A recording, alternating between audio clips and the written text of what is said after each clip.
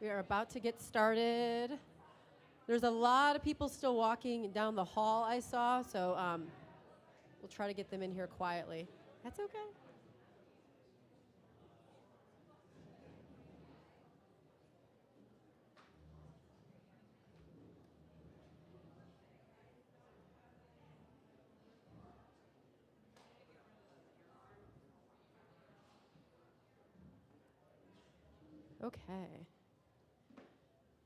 Okay, just one quick housekeeping announcement before I turn it over to our host for the afternoon, Andre.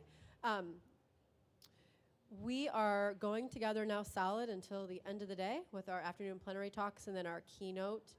At the end of the day, at 5 o'clock, probably maybe a couple minutes before then, we'll also have boxed lunches out there for you to grab and take on your way out. I think there are some Philly hoagies in there, some veggie wraps, and some other Philadelphia inspired treats. So keep that in mind as you head out. And with that, I will hand it over to our host for the afternoon. Andre, come on up.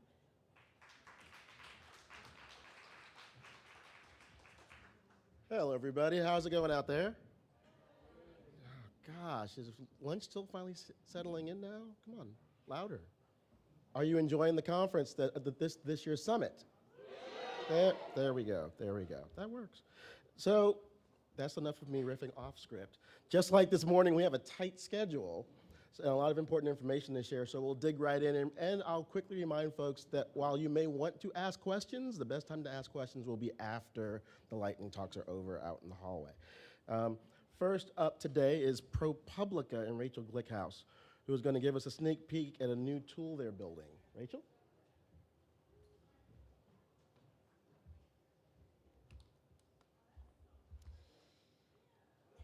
Hey everybody. So today I'm going to show you what we are working on this year, a new tool that we're developing that's hopefully going to be ready this summer that is meant to help not only in journalism collaborations but also in data reporting. So when I am talking about collaborative data journalism, this is what I mean.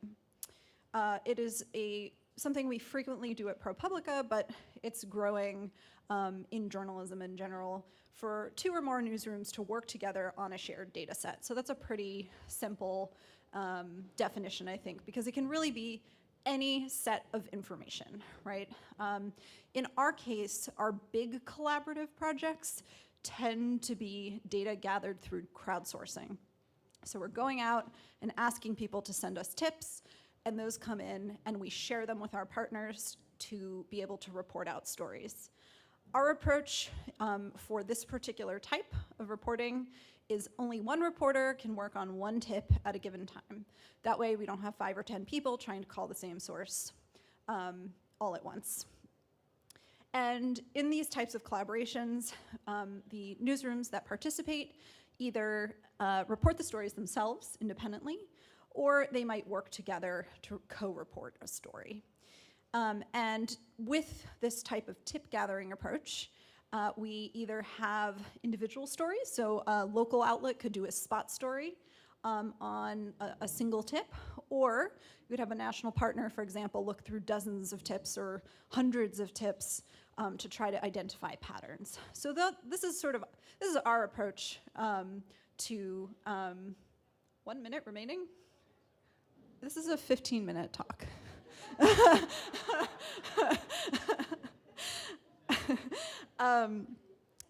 So this is our approach to collaborative projects. But essentially, when I'm talking about collaborative data reporting, all I'm talking about is a shared data set, which really could be a lot of different things. Why is it worth working together in this fashion? I think we've already talked a lot about this today. Shrinking resources, a way to get to bigger audiences, a way to access different audiences from the one that you have at your newsroom. I think something that some national newsrooms also grapple with is sometimes we are able to get access to huge data sets, or we're able to collect thousands of tips. We cannot possibly parse that, excuse me, we cannot possibly do that ourselves, right? There's just simply too much information. So why not share the wealth, literally, with the information we've gathered, whether it's tips or data? And also, we can work together in a way that's very constructive. So if a partner is able to verify 200 tips, another partner can come back later and revisit those stories or include them in their own reporting. So some of the collaborative data projects that we have worked on, specifically that involve gathering tips from a large number, are Electionland, which we did in 2016 and 2018, to ask people what problems they had voting, and to try to figure out what types of issues were coming up at the polls in real time, with a huge nationwide network of newsrooms that helped us report those stories based on the tips we gathered in a central database. Documenting Hate is the project that I have worked the most on, which is to report on hate crimes and bias incidents around the country. And again, we have a network of 170 news partners all over the country, local and national, to help us report those stories and tell them. And we also did a short-term project last year, right after zero tolerance was implemented, working with about 10 newsrooms in the US and Latin America to report on families that had been separated at the border. So again, what we did was we put out a form, we put that out in 3 languages, collected tips, and we were able to report, Univision, one of our partners on that, did a number of stories on some of these families, profiled the families, and those families were subsequently reunited. And then for Maternal Mortality, we did a long series out of our engagement department on mothers who had died during childbirth or almost died during childbirth. We had a form. We worked with partners in other newsrooms so we could try to gather a more diverse set of tips from a more diverse set of people, and offered to share tips with those partners in exchange for them embedding the tip form on their site. So that said, our approach to doing this type of crowdsourced collaborative reporting ultimately starts with a form.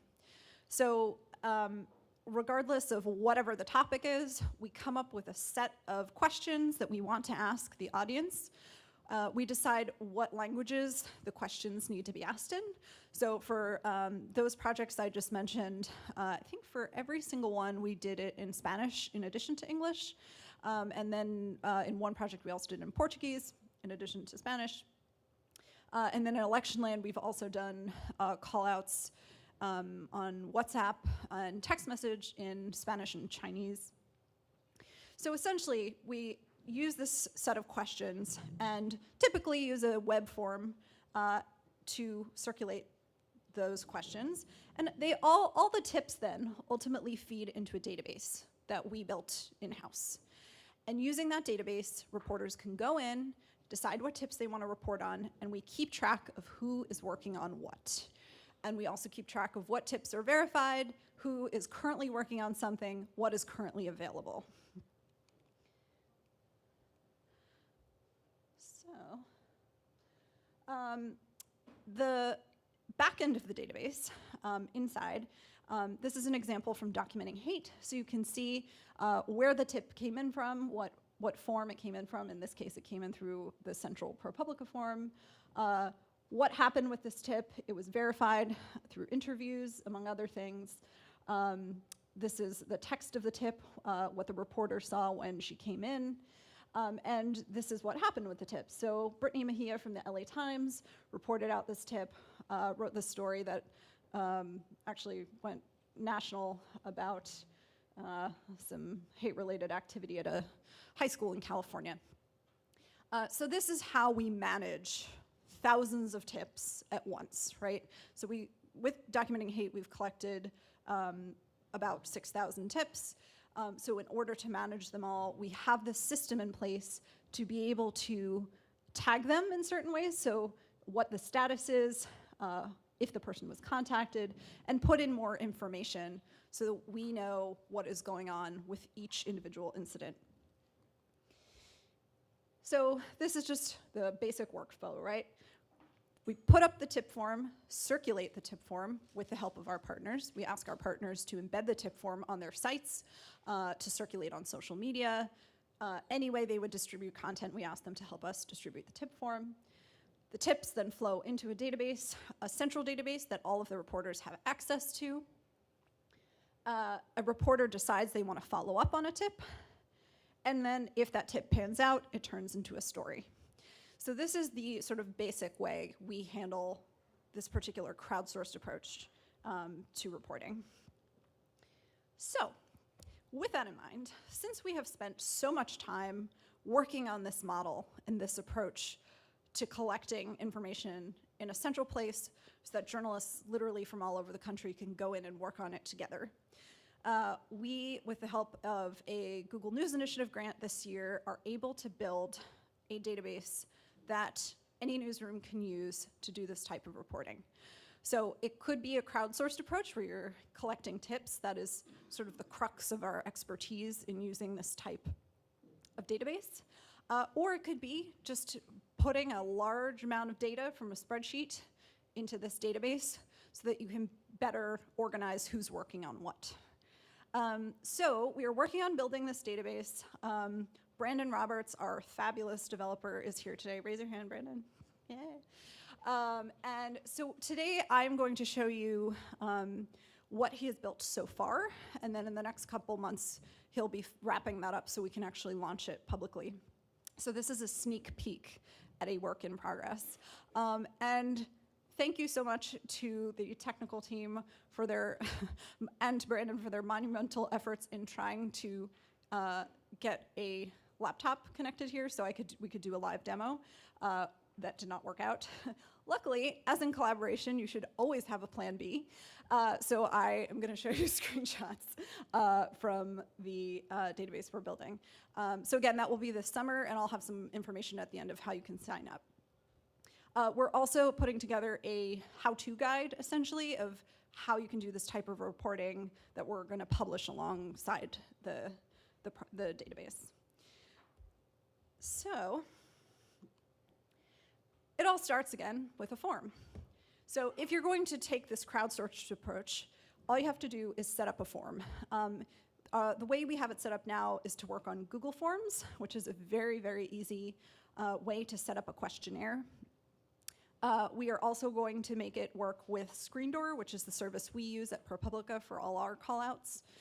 So all you have to do first is set up that questionnaire with the points you want to ask and each individual data point that you want to collect. The other thing you can do is to add a spreadsheet from Google Sheets. Google Forms actually flows into a Google Sheet naturally. All the responses are put into a Google Sheet.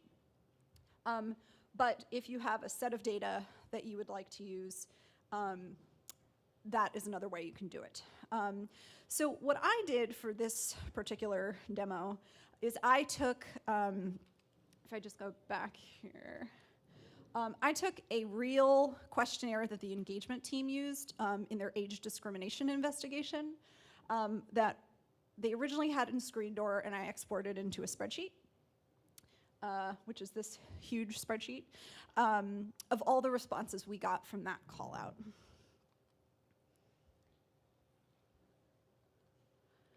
So this is now the new product that we were building. So essentially, you get to a screen that says, paste in your URL.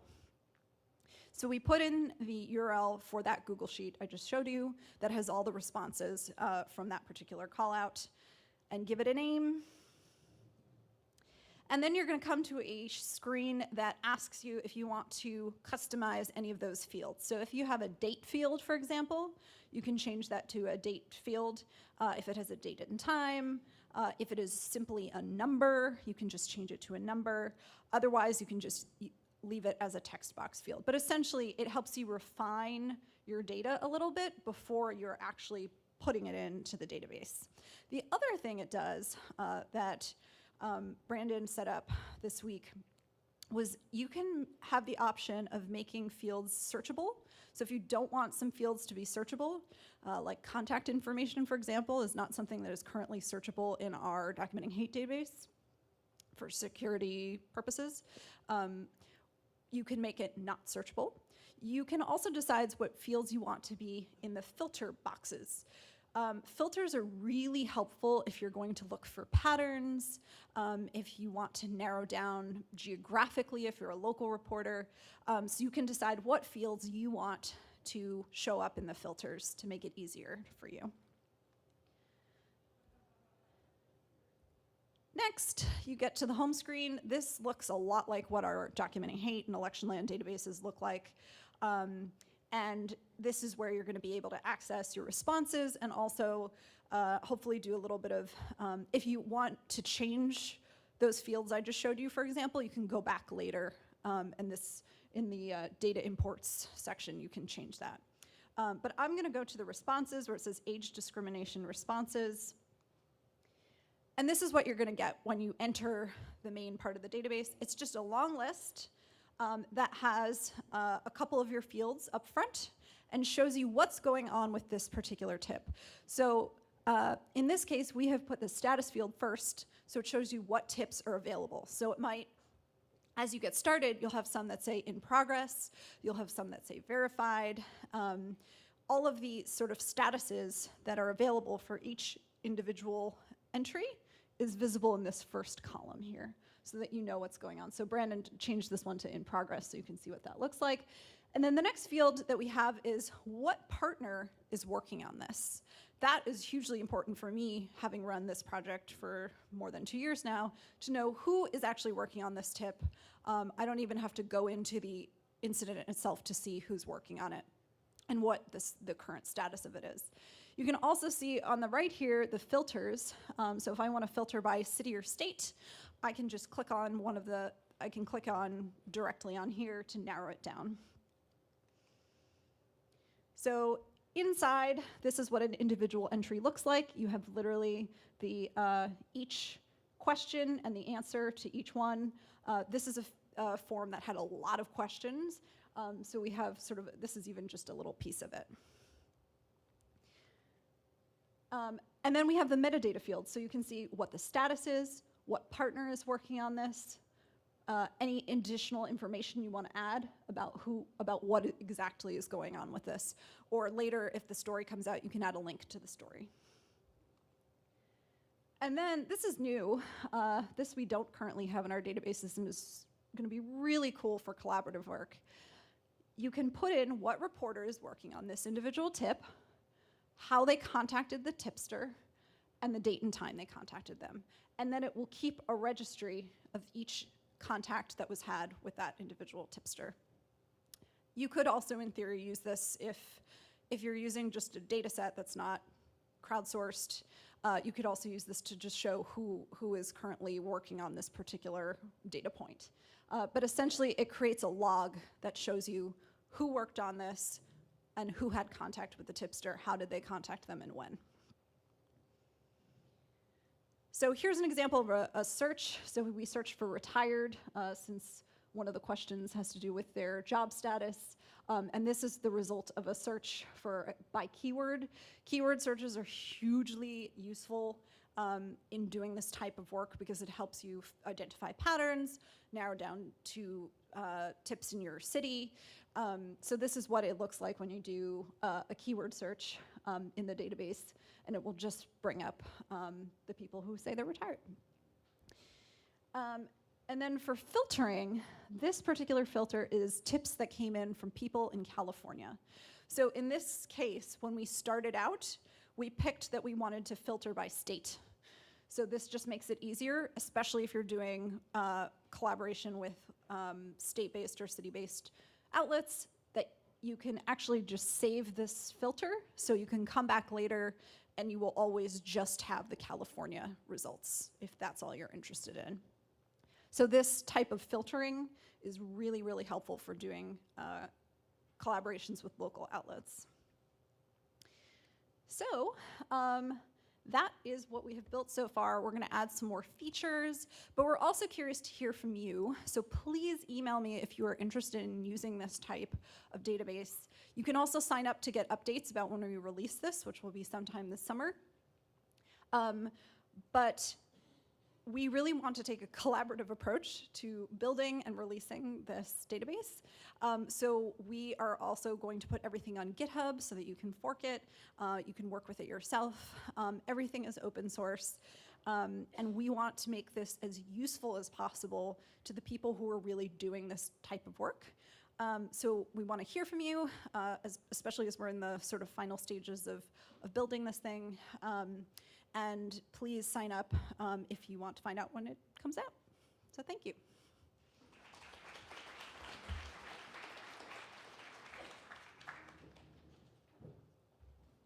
Thanks, Rachel. Next, we're going to hear from Amy Reinhardt of First Draft.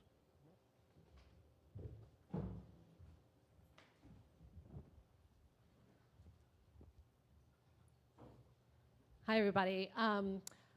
Hi, my name is Amy, and I work at First Draft. I signed on a week before the US election in 2016, thinking it would be a lot of fun. And it has been fun, but it's also been slightly bananas ever since. We've been hanging on by our fingertips, but now we are now at the Craig Newmark Graduate School of Journalism, CUNY. We're on the 14th floor there. Stop by and say hello. LenFest is our fiscal sponsors as we wait to become grown-ups in a 501c3. So we're very excited. We have a staff, we're headquartered in London. We have a staff of 12 there, and we're growing. So I'm excited to talk to you about our global super newsroom that we're attempting to build. So we started as a coalition of 9 organizations in 2015 when we thought like the biggest problem around online verification might be copyright infringement. But we grew up a lot in 2016. There were 2 big things that happened for us in 2016. One, we worked with ProPublic as election land, and all our projects are really inspired by that amazing coalition of news organizations spearheaded by Scott Klein. And then, of course, the US election happened, and 2 weeks later, everybody's interest in fake news or misinformation really escalated. So our job changed dramatically. So we decided to do experimental projects. So our first project was in France. It was called Crosscheck, where we brought 35 newsrooms together to verify information online.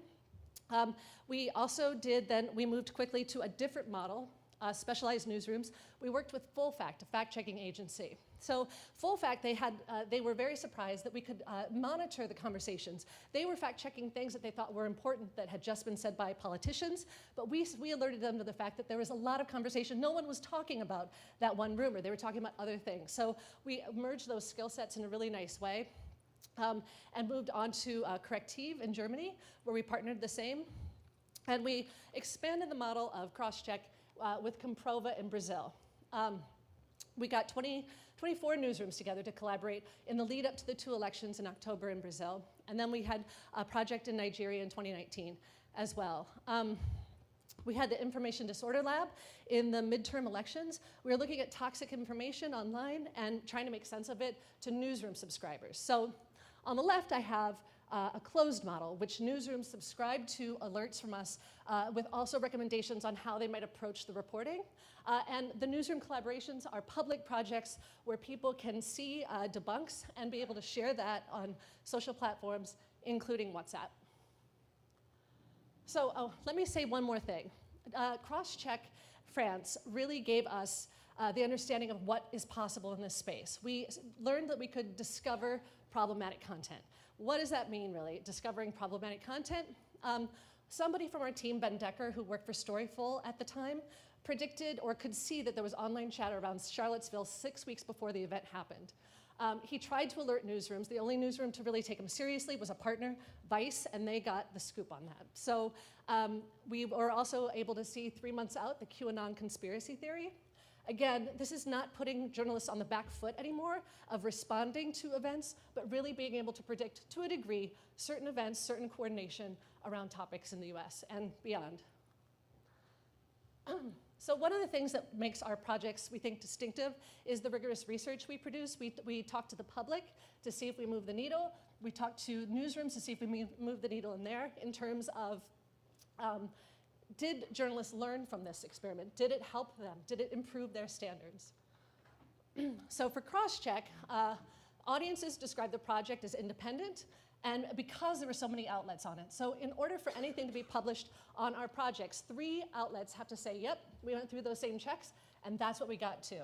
They have to put those steps into the report, and again, it serves as a news literacy project for people who are reading the debunks. Journalists said they gained new skills in terms of discovery, verifying, and then reporting on the problematic content. And the newsroom saw an increase in traffic. That cross-check expanded the audiences for small newsrooms and large newsrooms. Again, their ability to collaborate brought them greater power, as Wendy, I think, mentioned yesterday in the panel. So Comprova research. We are going to publish that at the end of June at the Abraji conference, which is an investigative journalism organization in Brazil. We interviewed 16 journalists on the project. We have a database of 242,000 messages. That is all collected through WhatsApp. We were the first NGO to have API access, which is a specialized access, so that we could actually make sense of that onslaught of questions from the public. In comparison, our cross-check project in France took in 600 questions through email, and we were able to manage that through Harkin. We weren't expecting, what we initially got was 66,000 questions from the public, and then the 242 number you see there are the interactions we had back and forth. We had one person send us 63 questions. And some of the questions, they like to start the day off with good day, so it was bom dia for some of the beginning questions. But we have a lot of information to review. We also have more than 2.5 million social engagements across all our platforms, including YouTube. We surveyed Comprova audience members, and we also did an experimental survey with 511 Brazilian adults to see if our reports changed their beliefs at all. So what we learned is Comprova reached a lot of Brazilians. Of the people we surveyed, 25% said they heard of Comprova. They have 210 million people in their country. That's a lot of people. 120 million of those people use WhatsApp, to give you an idea of the adoption. Comprova reports worked. In our experimental setting, research showed that Comprova's reports changed readers' beliefs. It's not that we're in the business of trying to change people's beliefs, but can we, again, move the needle on how they perceive public information? Can we move the needle on how they perceive these newsrooms who are working together? Does it seem like there's more trust being built because they see a left-leaning and a right-leaning organization side by side, as they did in Comprova? So we had targeted advertising, we found, made a huge difference, especially on Facebook and Twitter, both of whom gave ad dollars or ad credits for the projects. We had, I think, 300,000 people following Comprova's Facebook, and about, I think, 20,000 people on Twitter. We've never had that kind of response from the public before, and everybody warned us that Brazilians like to engage, and boy, did they all, and we have a lot of rich data to figure out from that. One of the things that we've heard a lot in the last 2 days is the idea of trust. And trust and friendships, of course, power these events or these collaborations to have them happen. And I feel like I have about 35 new friends in Brazil that I never thought I'd have. And the journalist interviewed said Comprova helped improve their verification skills. It's one thing to sit next to a colleague in your own newsroom and try and do a good job for them. It's another to work with a newsroom that's in a competing newsroom. Everybody sits up a little taller to see maybe if they can do the work just as well. And provided the comprovadores, as they called themselves, said that they were given a professional morale boost. A lot of people who are working in this space are the junior reporters in their newsroom. Their middle and upper managers don't entirely understand what they do all day, and so it's important for them to be able to coalesce together and get a high five every now and then, and they sent a lot of digital high fives. It improved their editorial standards, strengthened the reports, and built trust across competing newsrooms. So the Brazilians had a WhatsApp group just for Comprova. They sent more than 18,000 messages from August until the end of October. They really like to chat about it. And a lot of it was, hey, have you seen this? And how are you doing today? there was a lot of chit-chat on it, which was really nice to see. And together they published 147 debunks. They also reported on 30 other things that they couldn't get verifiable information for, so they never put that to the public. So this is an example of the conversations that the comprovadores had with each other the day after the election, that they miss each other already, and that they have to go back to doing their standard job. And somebody made a joke of a collaborative guy, as always. So we feel like we are ready for a 2.0, and we hope they are too very soon. So the key lessons we've had from our projects is that sustainable collaborations can take advantage of news brands' existing audiences. With Comprova, we built a brand that 25% estimated of the public recognized. We built that brand from August to October. That's not a long time. Most newsrooms struggle for that kind of recognition, and this was developed quickly, and mostly because our partner organizations were republishing the content that we produced or incorporated it into their reporting. We have to focus on more than just debunks when it comes to the work that we're doing. We want to talk about networked communities. We want to talk about coordination. We want to talk about foreign interference. No matter, here we're obsessed about Russia, but other countries are worried about China, Iran, North Korea. We want to be able to make sense and send reports to newsrooms about what is happening on the web that they're seeing and that their readers are seeing. We also need to work across borders. In the United States, misinformation is a problem, for sure. But in other parts of the world, it's a matter of life and death. What the Philippines sees today is what Europe might see tomorrow and what we might experience next week. If we operate in isolation and don't try and understand this as a global issue, we aren't going to nip away at it. So we need rigorous evaluation methods. We leave these projects and everybody's pretty happy and we're high-fiving each other and it's like a job well done.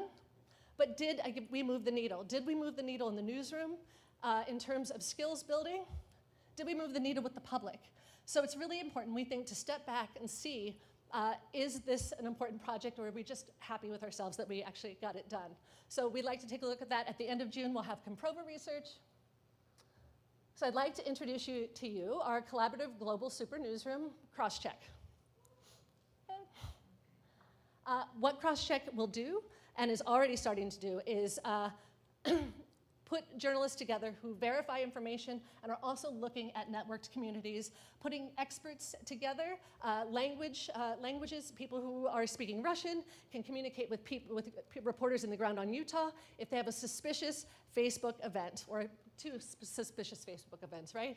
And we're also working, we have a standards and ethics editor, so we can help raise the standards globally and also make sure that every partner who's participating knows that the partner that they've never met before is following the same type of standards.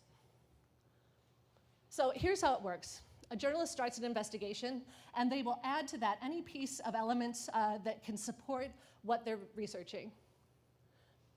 And that reporter will then write up a report, adding the key evidence. And then the report is cross-checked. So it's not just one reporter saying, I found this, here's what I think. There are two other reporters who have to sign on for this report to get published. And then their logos all flow with that report. Once the report is published, people can, it goes on a public website and people can share this. It's made to go very easily into the news feeds of most platforms and WhatsApp. So what we want to do is connect people. We want to give them news alerts just like we did in our closed election projects in the UK, Germany, and at the Information Disorder Lab, where we send people meaningful updates about how this stuff, it's not just a drip, drip, drip of Ilhan Omar memes. It's what does this mean? Is it networked? Where is this coming from? Why is this particular thing happening today? We want to bring larger meaning to disinformation, especially in the lead up to the election, or elections in most countries, I should say. And we also want to give people a place to collaborate. Again, people working in this space are often the younger people and are unsupported or undersupported in their newsroom. We want to give them a place to work together. So this is Comprobado, which is a version of Crosscheck for the Spanish election. And they are still working. They'll work through the end of May and probably beyond to verify information and advance the elections there. Crosscheck Australia, they have an election tomorrow, and they're working there now on the debunks, and Crosscheck Europe as well. They launch next week, and we're also working with an Argentinian project as well. But they are all on the platform. The idea is that the public sees the published reports, but in the back end, journalists can use it as an archive. That came in handy when we were working with the Information Disorder Lab around the US election, where we were scraping. Sometimes it doesn't make sense. You're scraping all these Facebook pages, and then all of a sudden Facebook deactivates. They go through into a 50 groups sweep. They do a 50 group sweep, and then all of a sudden that information is very useful. So US 2020. We are going to pilot a project in Pennsylvania. We are going to focus on local newsrooms and student journalists. We're going to operate regional bureaus at universities so that local newsrooms have capacity and an understanding of what's happening. They will also get brought in for news alerts. And our coverage areas will be responsive news, the census, because we see already there's a lot of disinformation attempts on the census, and of course, the elections. But the whole idea of Crosscheck is a sustainable project to build resiliency in newsrooms. Journalists are under attack in ways they've never experienced before. Most of them don't even know what's happening. Local newsrooms are some of the most vulnerable newsrooms. The Momo hoax was propagated again through local newsrooms this time because they didn't have experience in knowing how to verify that information. So, big pitch, we need a global collaboration because going it alone in the age of disinformation is unwieldy and dangerous. Please be in touch.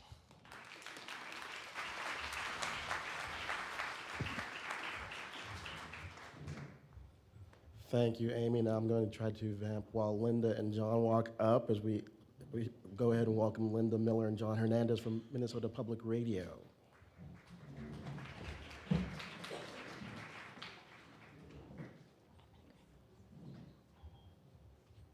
Is that one working? Use that one. I'll use this one. Yeah. Cool. Okay. Hi, everybody. I'm Linda Miller, and I'm John Hernandez. It's good to see everybody. we're really grateful to be here today to be able to tell you about a community media collaboration in Minnesota that formed a year ago. But before we tell you what we did, we'd like to tell you a little bit about why we did it. Maybe? Aha. Do I have to point it? There, Oh, there it is. Ah, okay.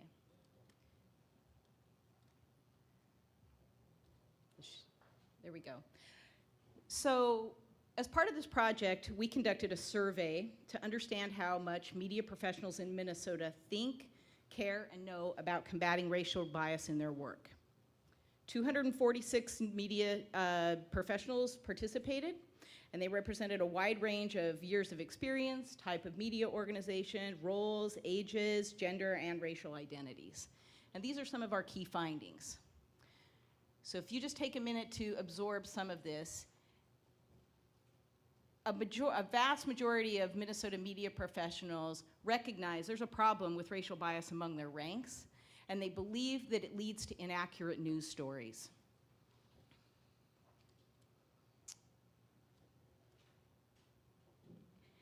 They also value, oh, now I have to go back. Sorry about that. There we go.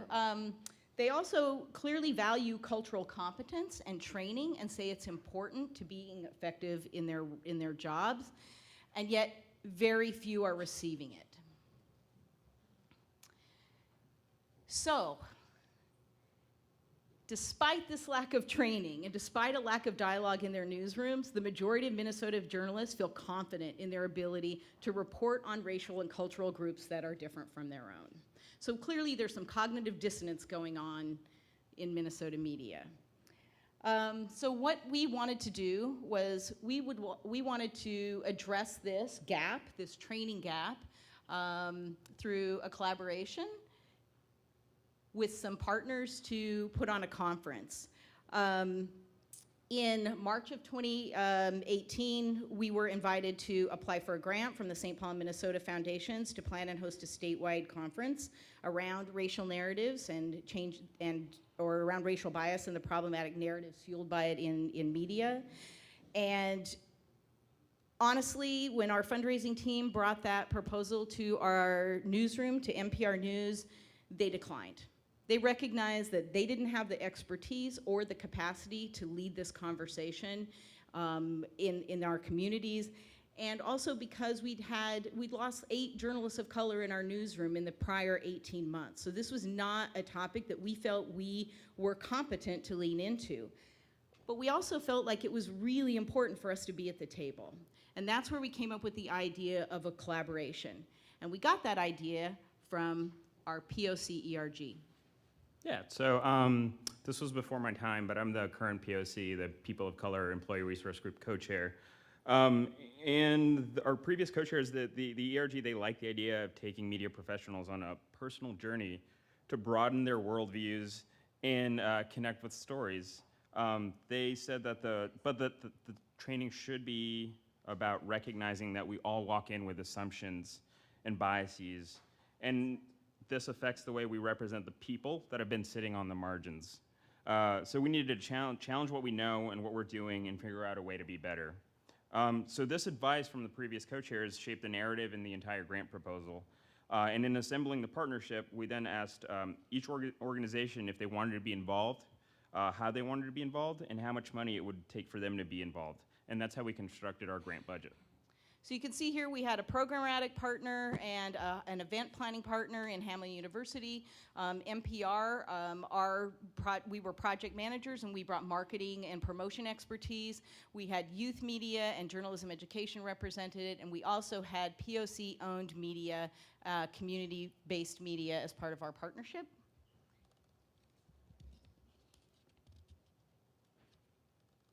So we want to talk a little bit about what we did or what we did well.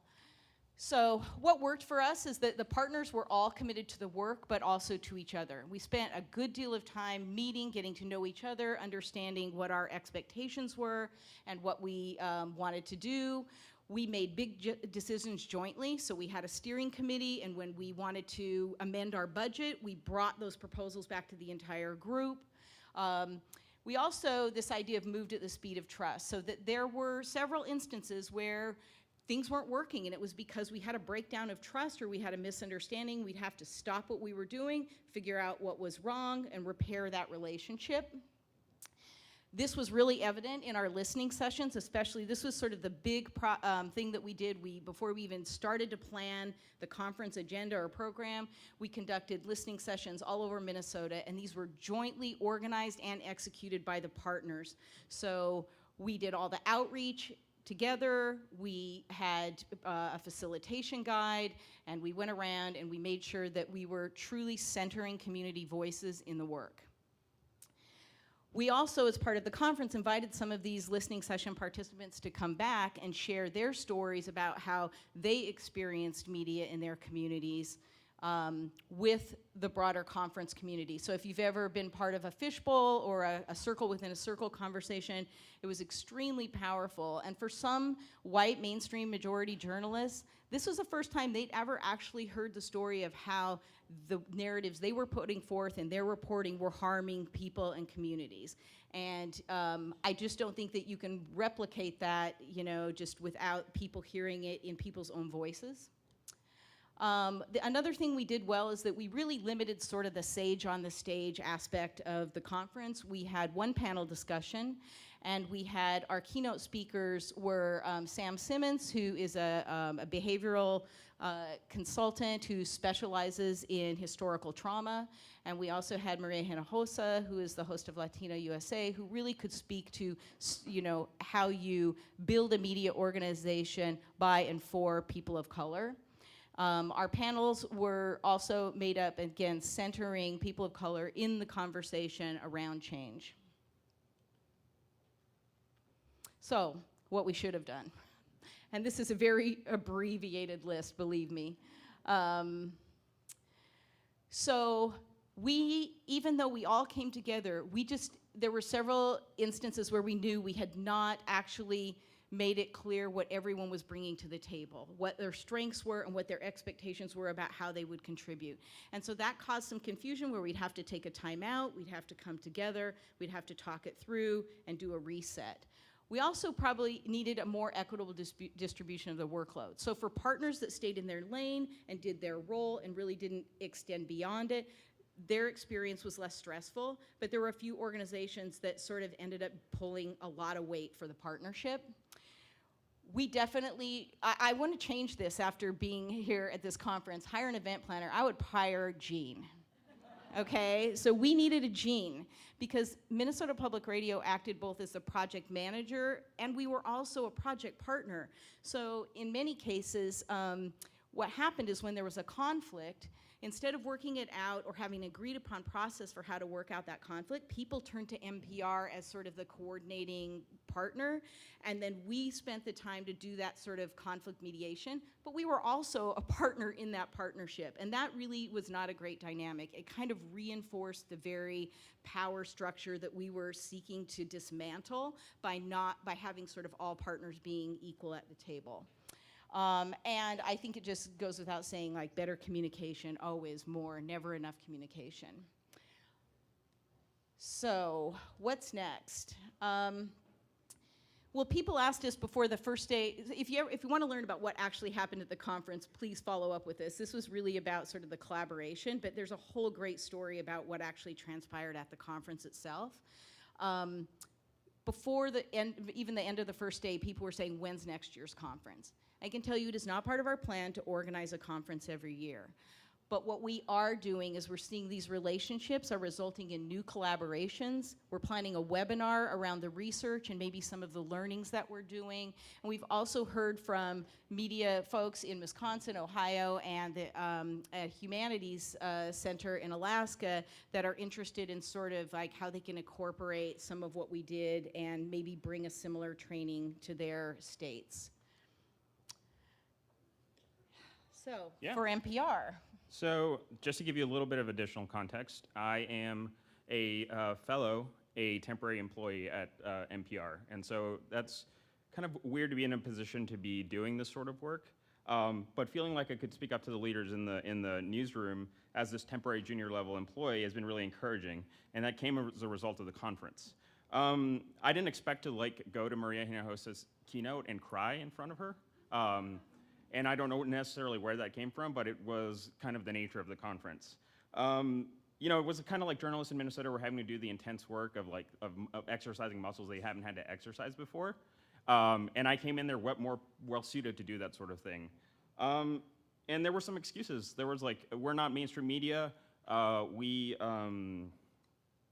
not the problem. We're basically saying we're not the problem. And I pointed out, yes, you are. And these people were saying, oh, we're going to opt out of this sort of work if you guys continue to do this. We're not going to let you tell us our stories.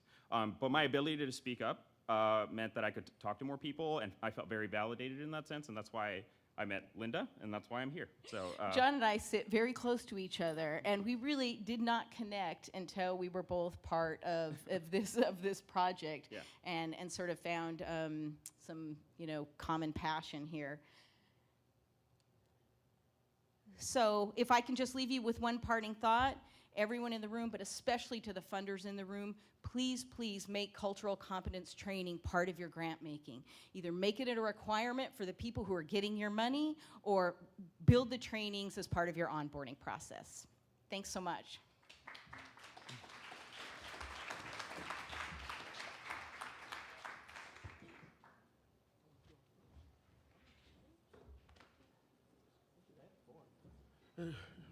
I can do some soft tap while I'm up here. Next, we will have Brielle Morgan and the clicker from the discourse.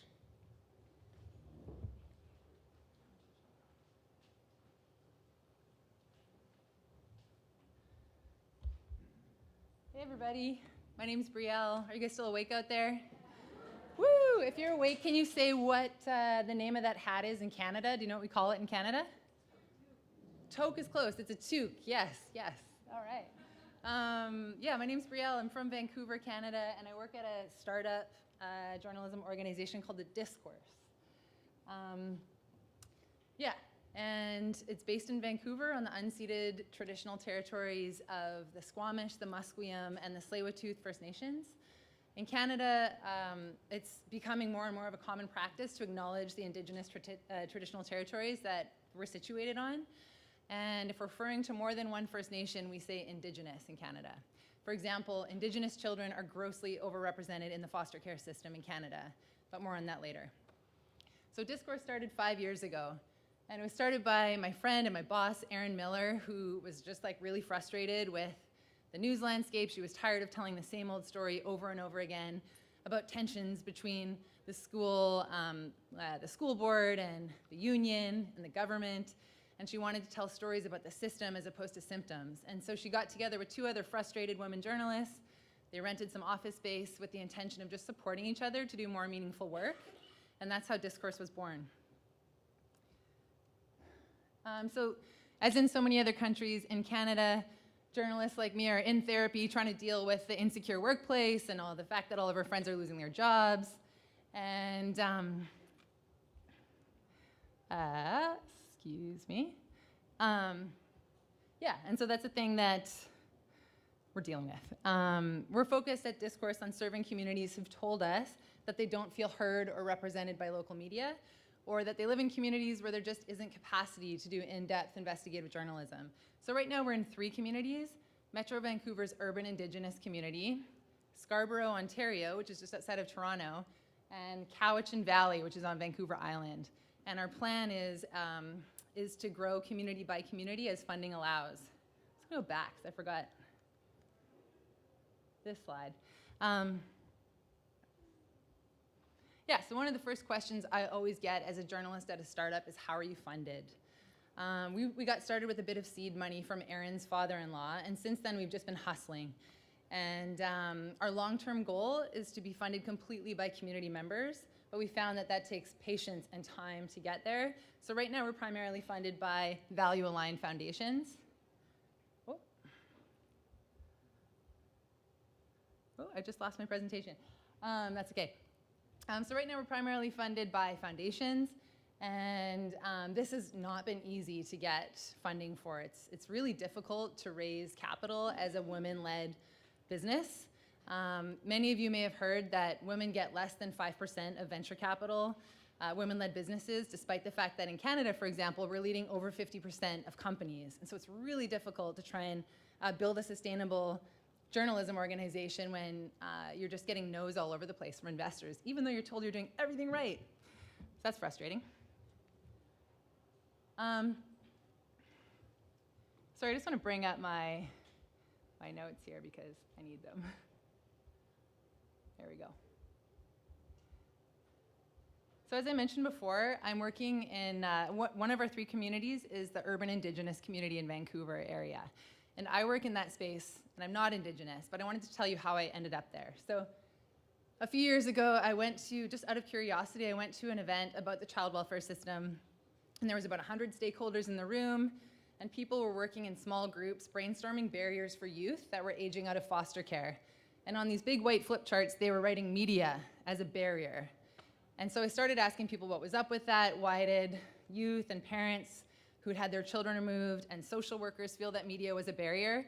And I quickly discovered that trust among this community in media is next to nil. People feel extremely marginalized and misrepresented in media coverage, and they're really frustrated by our tendency to just focus on tragedies. They're looking for depth, they're looking for data, and they're looking for hope, and we weren't delivering on that. And so with Discourse's support, I started reporting stories in this space. And I found some funding to hire youth fellows who had not only experience in the child welfare system, but also an interest in developing their journalism skills. And from working with these 2 youth, I learned a lot about how we can show up more respectfully and more responsibly in this space.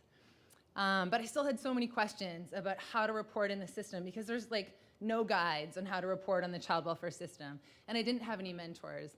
And so I thought, why don't I organize a 2-day workshop series, bringing together youth who can advise us as journalists, and bringing together parents and social workers and Indigenous advocates to tell us as journalists how we can do a better job and what's frustrating them with the media coverage. And it was awesome.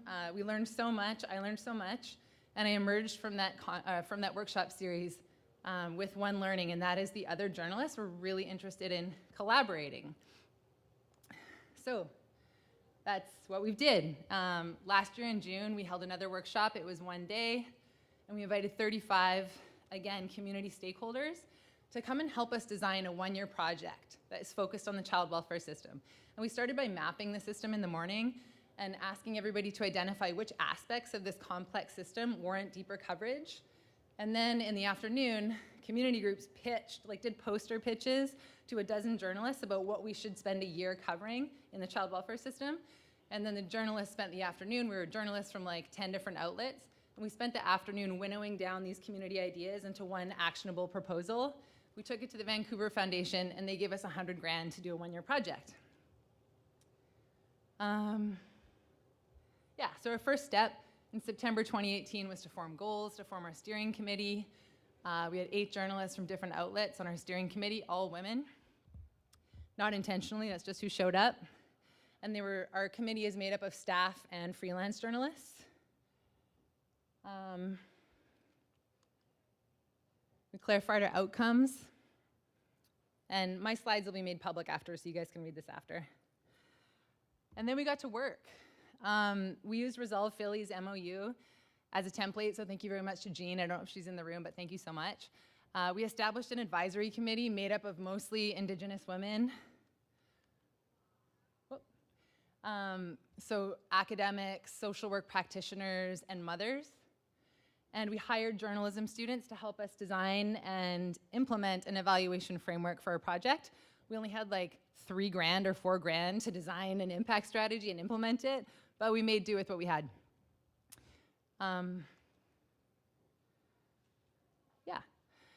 So since kicking this project off in September, a big priority for us has been to create opportunities, paid opportunities for the community to get involved in our work. So out of the $100,000 we had, we dedicated $10,000 to paying community members to get involved. So for example, in December,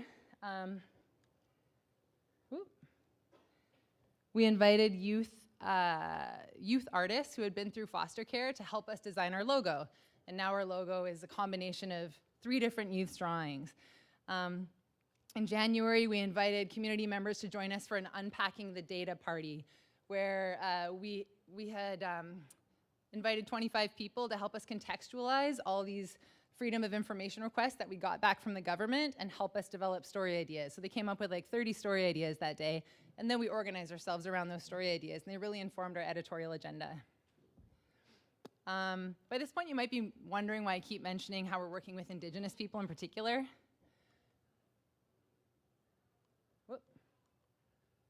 Oh, that slide doesn't seem to be in there, so I'll just speak to it. Does anybody know about the residential school system in Canada? Some hands are up. So for 150 years, Canada systematically ripped Indigenous kids from their families and placed them in boarding schools where they were emotionally, sexually, and physically abused.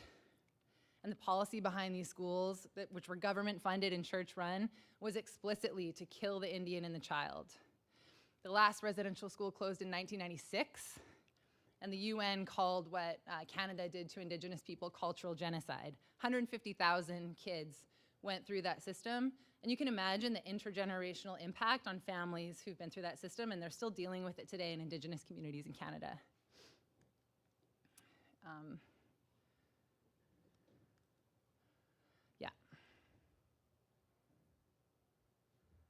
And so as a result of this violence, and there's, like I said, a lot of intergenerational trauma, suicide and addiction rates are high. Indigenous people are hugely represented in our jails, in our urban homeless populations, and in our foster care systems. So in BC, for example, where I live, Indigenous kids represent less than 10% of children in the province. They represent 65% of kids in foster care. And across the country, Indigenous kids are less than 4% of the population. They're over 50% of kids in foster care. And at the same time, Indigenous people are severely underrepresented in our newsrooms, right? And so as a white journalist, I feel a responsibility to push for more representation in our industry, to push for that change, and to encourage my non-Indigenous allies, our non-Indigenous allies, to do more responsible coverage of the system. To me, this means building relationships with Indigenous people and asking them how we can use our privilege and our platforms to better serve their community. It means working together.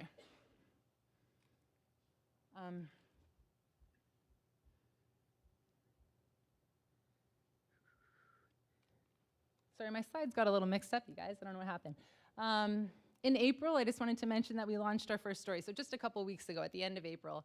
And it was an original investigation into government audits of the child welfare system.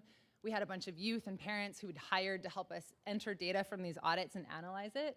And so that's something we've done. Also, we recently came out with some best practices resources that we hired Dylan Cohen, who's a Métis youth from CARE, and also a community organizer. We hired him, and he interviewed parents and youth who had been interviewed by journalists about their experiences in the system, and asked them, like, yo, how can journalists better show up? How would you like to be approached next time? What would you like that relationship building to look like? And then he developed this resource for journalists who are working with people with lived experience. So I encourage you guys to check that out. It's on spotlightchildwelfare.com under resources. I've got a minute left. I'm doing all right? Yeah, so what we learned is that journalists like collaborating, and that's not news to anybody in this room. We also learned that we've been getting a lot of feedback from parents and community members who are following our reporting, and this particular comment from Leona Brown really means a lot to me. We're also really annoying the government.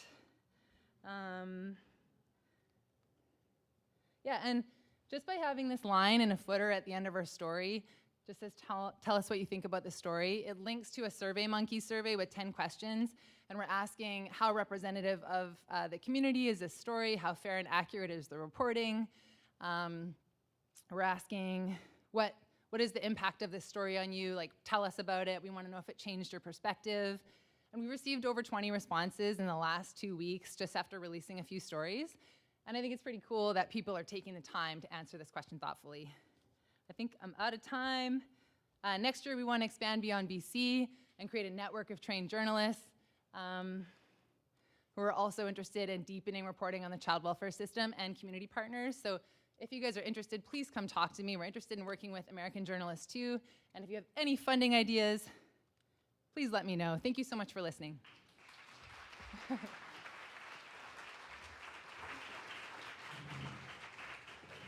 Thank you very much. Next, we are going to have Carl and Rachel join us up here.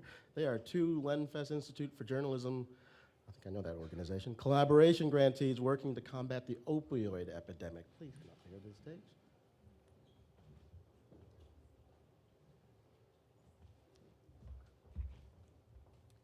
Hi, everyone. My name is Rachel Feuerstein-Simon, and I am not a journalist.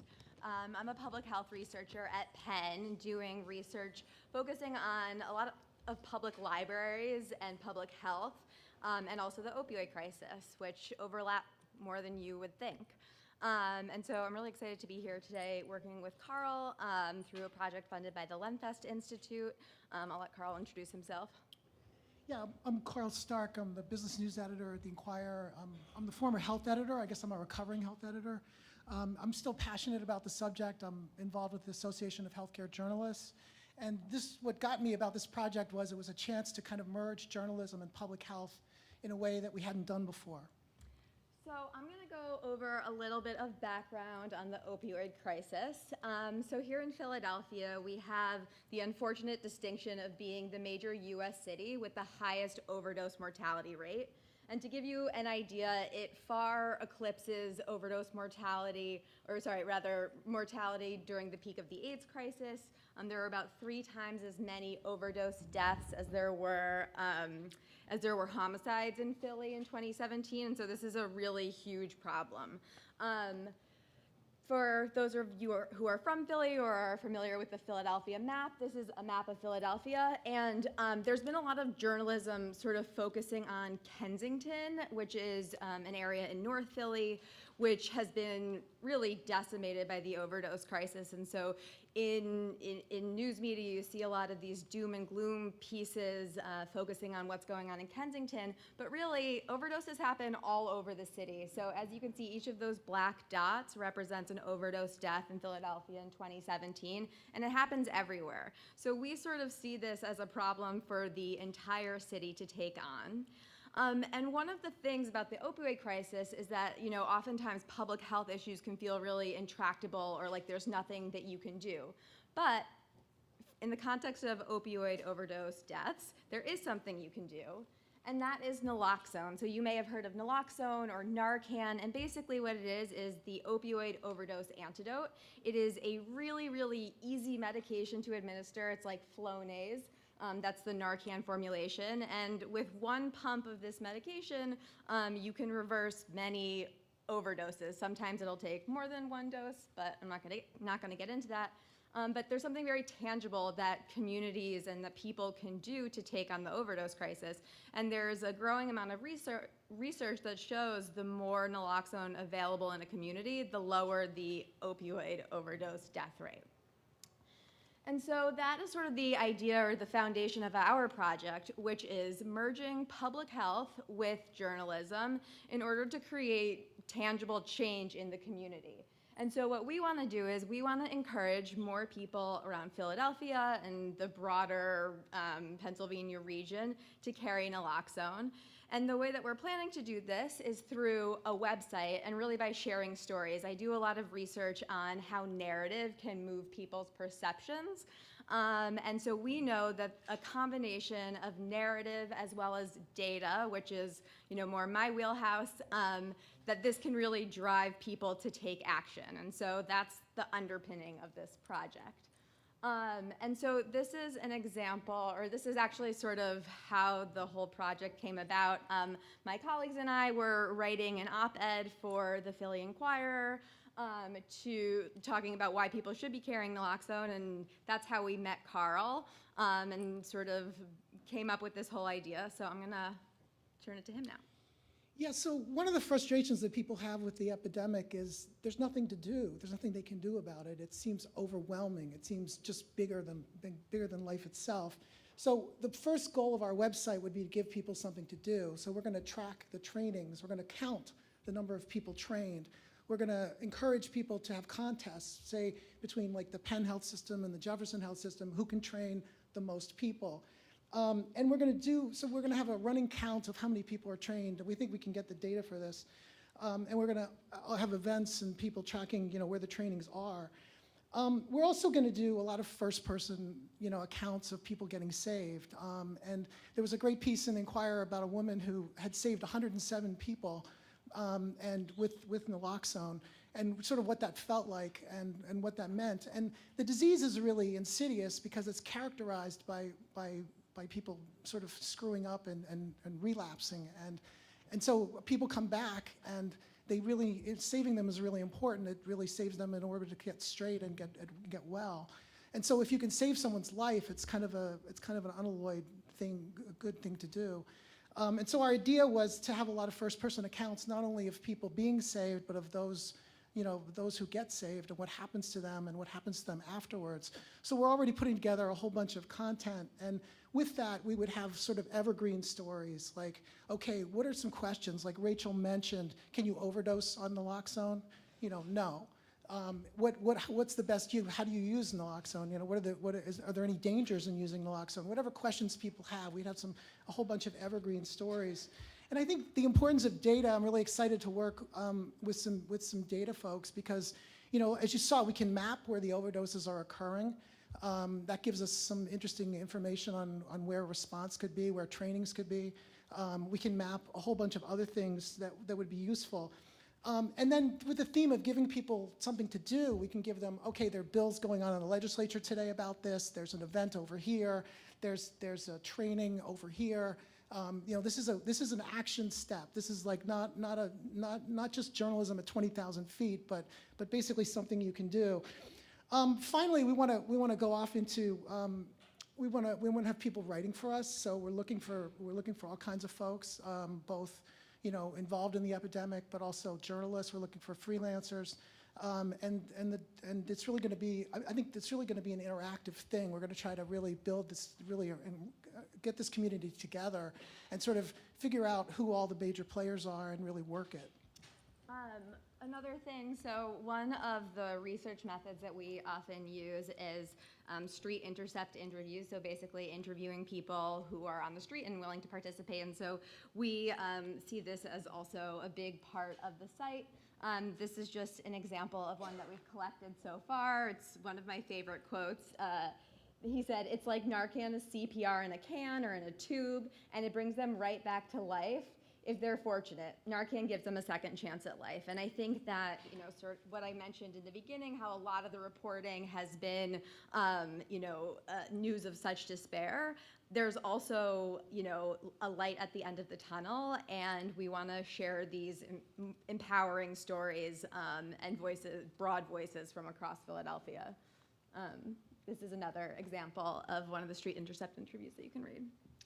Yeah, I mean, one of the things I'm interested in is sort of why people resist naloxone and why they think it's a bad idea, and really looking and listening to those folks and understanding, sort of another side of the story, why the community, and sort of it goes to also how we write about addiction. There's been a lot of movement about writing about addiction better and with less blaming language. We certainly want to encourage that. And then finally, it raises the prospect of, okay, are there other public health things that this model could work on? Like, for example, take organ donation. Like the way organ donation works in Pennsylvania, you have to opt in, okay? And that means that most people don't opt in. They have to actually do a thing. What if you change the law to have everybody already in and then enable people to opt out? Which is kind of like behavioral economics. It's like a whole movement, and it makes a lot more people would then donate organs. So that's a potential another model for this that we could look at, or there are just a million things you could do with this, but those are some of the things we're thinking about. So I'm gonna put a shameless plug for those of you who are in Philadelphia. I do trainings at the Free Library monthly in South Philly, and if you go to phillynaloxone.org, they have a whole list of trainings going on. So our information will be shared with you, and so we'd be happy for you to get in touch, and hope everyone goes out and gets trained. Thank you.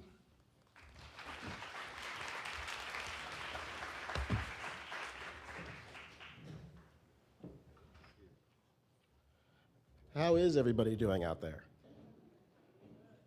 Please, you guys have to be awake because there's still one more speaker, and then Daryl's over here staring at me. So how are you feeling? There we go. So last but certainly not least is Deanna Montano from the Center for Investigative Reporting. Come on, show some love. There you go. Hi, everyone. I'm going to make it easy for y'all. I got one slide. So I wanted to talk a little bit. I'm going to do...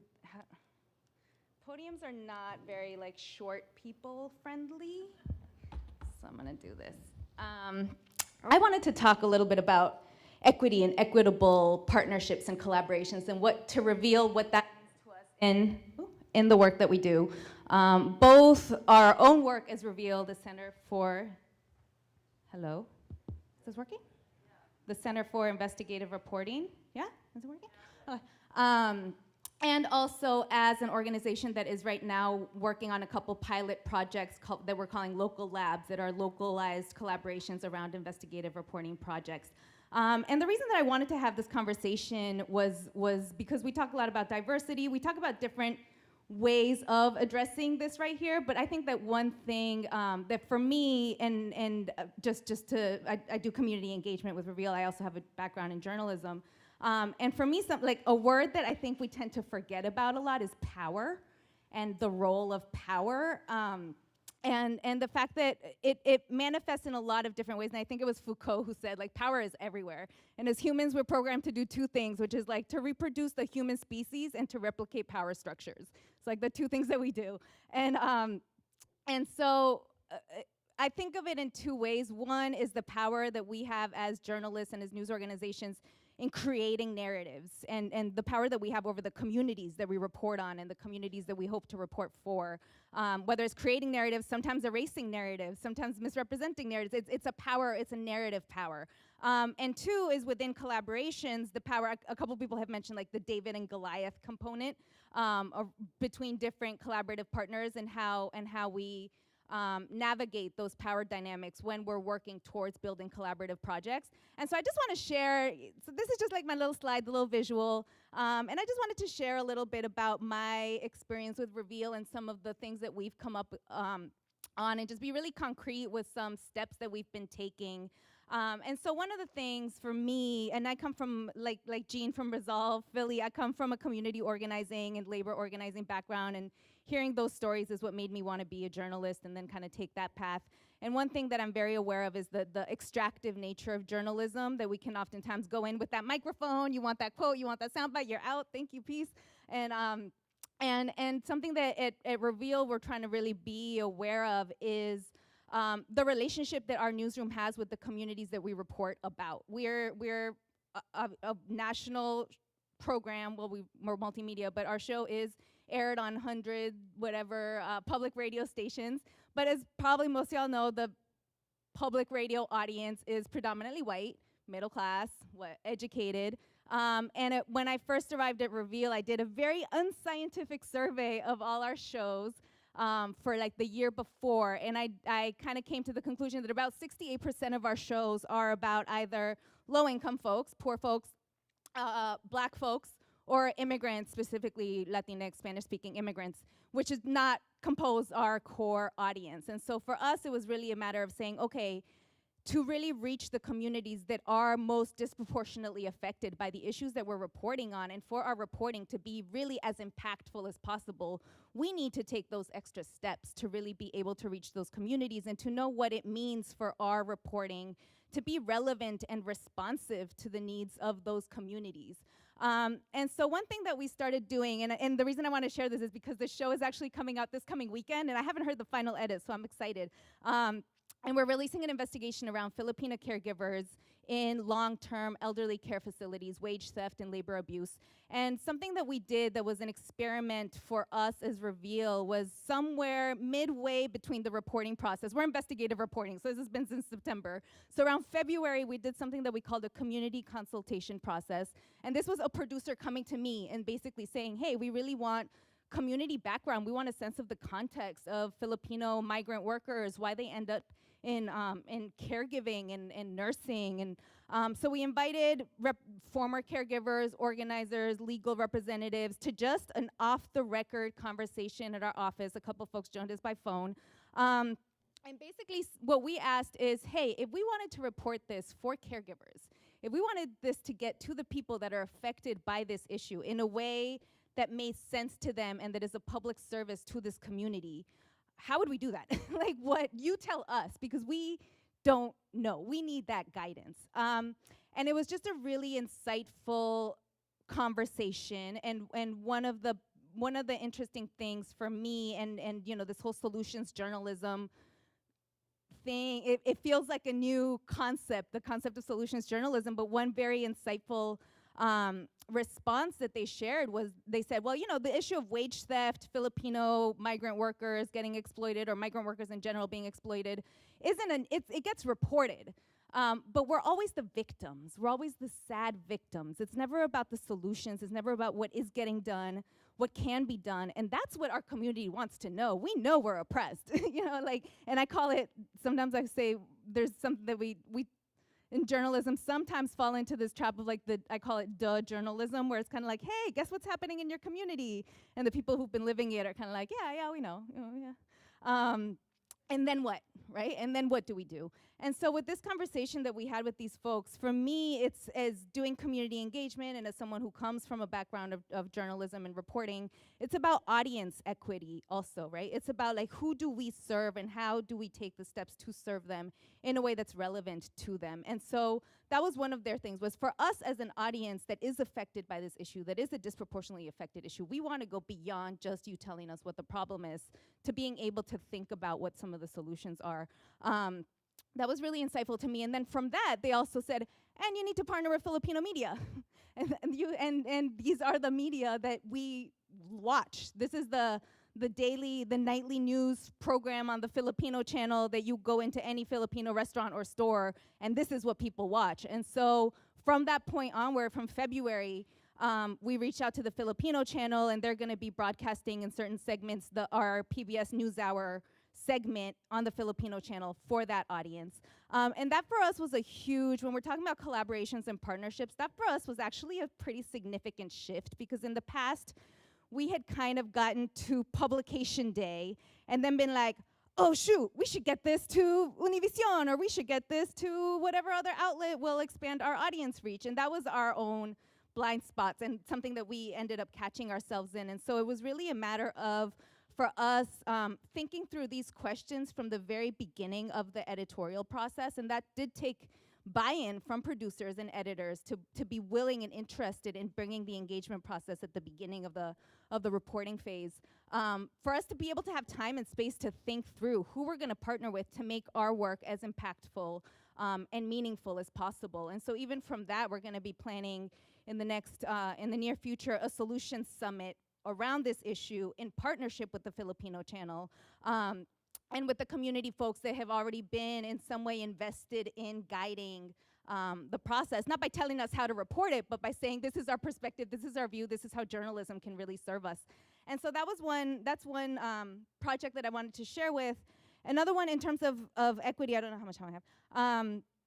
But one project that we're working on locally is called Local Labs. It's a couple pilot cities that we're working on right now, specifically facilitating and supporting local collaborations between newsrooms around specifically investigative reporting projects. And so the idea there is, one, to address this crisis in local journalism, a lack of resources, erosion of trust in local news media, and the fact that that then leads to less resources for deep dive investigative journalism, which obviously is key to local accountability and holding people in power accountable at the local level. And so we've been partnering with a couple different news outlets, and one experience that I wanted to share with y'all was in San Jose, which one of our folks who was previously in the partnership, in San Jose, we're partnering with a couple different newsrooms, and one of our partners is NBC Telemundo, and they've been great. Everybody has been very into the project. We're working on the issue of the housing crisis in the Bay Area, and something that I echo that a couple different people have mentioned is the role of data in collaboration. And for us as an investigative reporting organization, data is huge. And so something that happened at one point was we did focus a lot on the data-heavy component and started finding that Telemundo was kind of like not replying whenever we were saying, hey, who wants to sign up for this data training, for this coding, and not replying. So we checked in with them, and they said, well, we don't have a data person. It's not that we don't care, it's we don't have a data person, but we love the engagement part. We want to be part of the community workshop that we're going to be organizing, and Telemundo ended up actually taking initiative to pilot a community advisory board meeting for Telemundo Bay Area, which is then going to feed into our project in that way and allowing the community, the local community, to guide how we approach reporting on the housing crisis locally in San Jose. And that for us, with the equity, that little image that I had earlier, that for us was the way to address, okay, different folks bring different things to the table, bring different needs, and want to participate. It's just a matter of us saying, okay, where are you at, and how can we support that work, knowing the dynamics that are at play. So I guess that was 10 minutes, but that was all. I just wanted to share that. Thank you.